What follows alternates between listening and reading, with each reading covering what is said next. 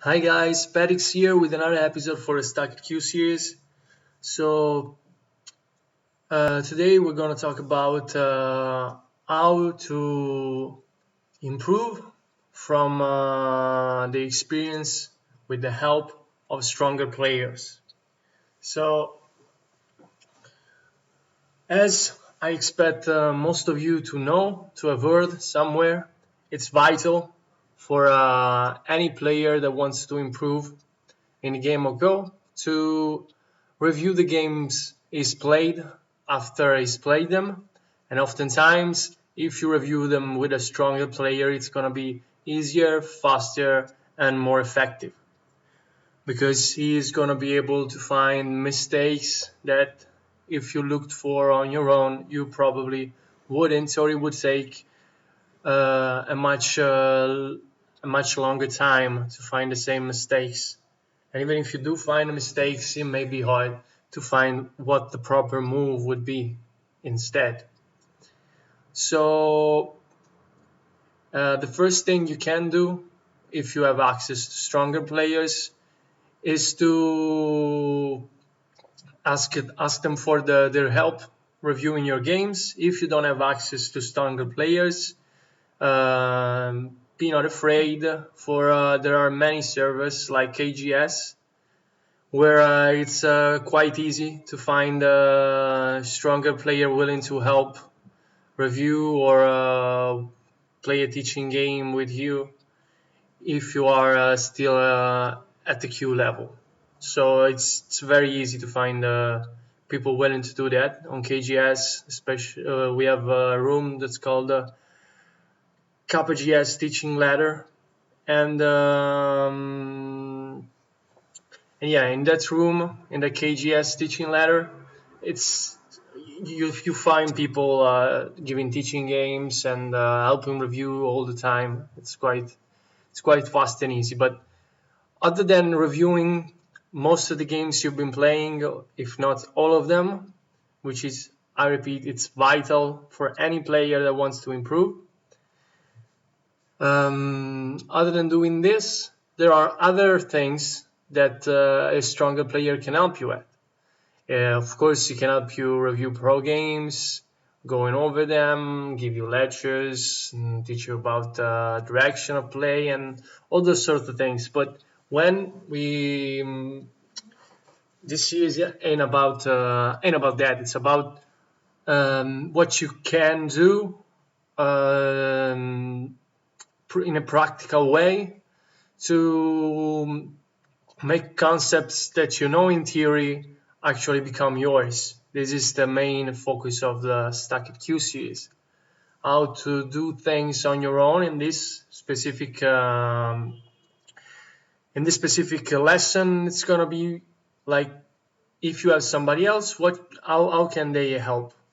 And there are many ways they can, depending on the time. But if you're just able to like get them for a game or that amount of time, then we might consider reviewing your games. If your games are already reviewed, we might want to play a teaching game. But then again, in a teaching game, it's not all players are good at giving teaching games. Sometimes they give teaching games that are not actually that helpful for you to improve, not more than a game against one of your peers could be. So what else can you do with a stronger player? And what I think it's you can do, and I found very helpful, is play exercises that will help you get shape better, that will help you improve your attacking technique. And these exercises have the same concept behind, which is giving one of the two players an overwhelming advantage on the board, while the other player doesn't have to win the game. All he has to do is make a number of leaving groups on the board. So, as we see on the left, this sort of setup would be with white to play usually. In this sort of setup, black has as all the first line is made of black stones, which will force white to leave in the center. And at the same time, black will have to poke away at the shape points as they come along that white makes, to make sure that white will not be able to get to eyes. Maybe we'll have to cut something off at some point, maybe. And at the same time, white will have to find moves that are multi-purpose to be able to make a group leave. Usually in this exercise, the goal is for white to make a single alive group. And this can be very helpful if because it takes away part of the game, which is direction of play and point counting and all sorts of things, and it leaves the two players with only one goal each, which is kill and live. And while Tsumegos do the same thing, where you either are supposed to only live, only kill, and many life and death Tsumegos at least. In this exercise, the shape isn't defined. You have to, and in your games, the shape will not be defined at start. You'll have to be able to find, to make the shapes as they come along. So it's very useful to put in practice what maybe you have already studied in theory, and to improve at sabaki in the center, and while at the same time improve at attacking technique. Now, which player should you be in this exercise? Probably both. It's not even clear if you want which player you want to be. Like, if you want to improve at sabaki, maybe you actually want to be the attacking player, and if you want to improve at attacking, maybe you want to be the sabaki player, because the stronger player will show you the moves you want to be showed. Or yeah, it's you probably want to be able to play it on both sides, this exercise, and I think it can help a person that already knows about shapes, but that is not able to find them in his games, to find the application for what he already knows. Like, yeah, I know that there is that point, but maybe it's too soon to poke it. Maybe white can make a more flexible shape, or at the same time as white, you want to be able to find multi-purpose moves. You want to be able to play lightly in a sabaki fashion. You want not be so hell bent on saving all the stones you put on the board, and it can be helpful. Other variation of this game, which have the same concept, can be this sort of setup. Which can change. You can change mainly. You can set it up however you want, considering how many groups you want to be alive on the board and the difference in strength of players. It can be anything, and this is called usually the 3 alive exercise, meaning white will have to make 3 living groups on this board. And the game can change in a number of ways. If you're playing against somebody that has the same strength as you, this may be too easy for white to make 3 living groups if the player is not strong. And this is an exercise that you can play with your peers as well. And it can help finding getting a good attacking technique and a good sabaki technique at the same time for the players involved.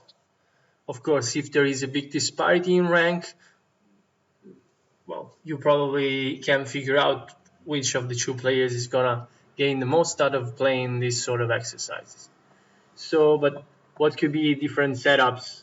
For instance, we may want to take away all of the more standard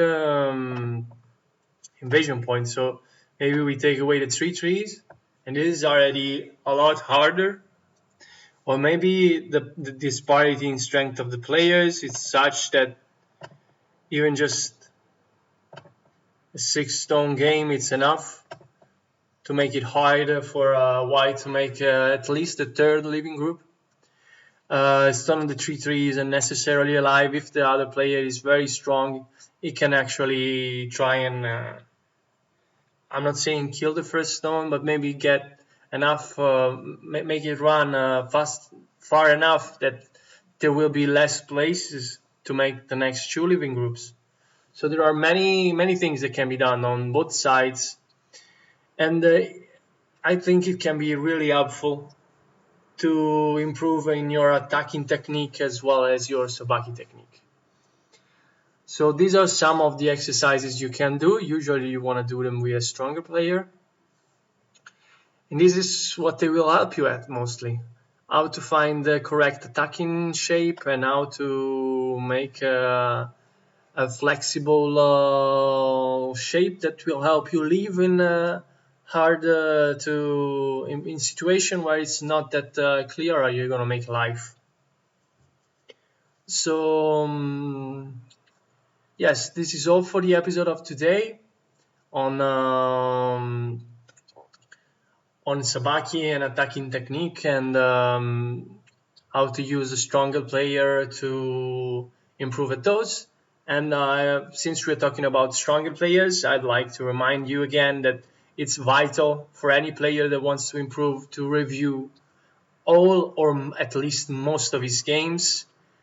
And usually the games you want to review, you also want them to be a bit of a slower paced game. Otherwise, just by review, you will find less helpful the ideas of the stronger player, because usually most mistakes you'll be able to see on your own given enough time. So yes, this is all for today. I hope it was helpful for somebody, and that this wasn't just a waste of time for you guys. The video is quite short, and there wasn't really much to talk about this. Still, if you don't have any concept about what shapes to make in a running fight, then I'd advise you, before looking for somebody else to play this game, to play this sort of exercises, to first maybe find a video online about shape. There are many videos. I would suggest you to take a look at the sound shape lecture. I'm gonna be putting a link in the description. It's quite a famous video here on KGS. The son, as I told you in another video, is a very famous teacher here on KGS, and his lecture about shape is long but very instructive and very well done. And as the son put it, if you don't have any clue, if you never heard about shapes and you've just been playing the game without knowing what is a good shape and what is a bad shape before, which is usually something that a double digit Q will do, usually SDK already have a vague, at least, concept about what are good shapes and what are bad shapes. You might want to check his video, because he says, and I'm inclined to believe that if you don't have already knowledge about shapes, just by watching that video, you may be able to gain 1 or 2 stones just by watching that, because afterwards you'll be able to look for those shapes in your games.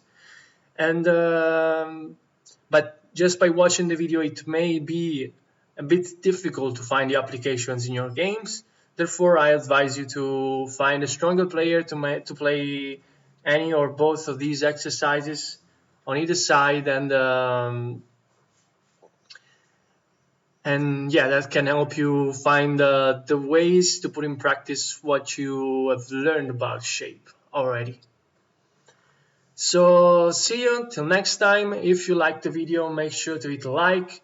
If you follow the content that I'm uploading on my channel and you like it, or you want to keep yourself updated on the new things that I'm putting out, feel free to subscribe and drop a comment down below for any topic or suggestion you want, for any suggestion on topics or things you want to make me you want me to make a video on. For instance, you might want to see me playing a slower game, a faster game. You want to see me sing while I play. Anything and everything you can ask for in the comments. And see you later. Bye.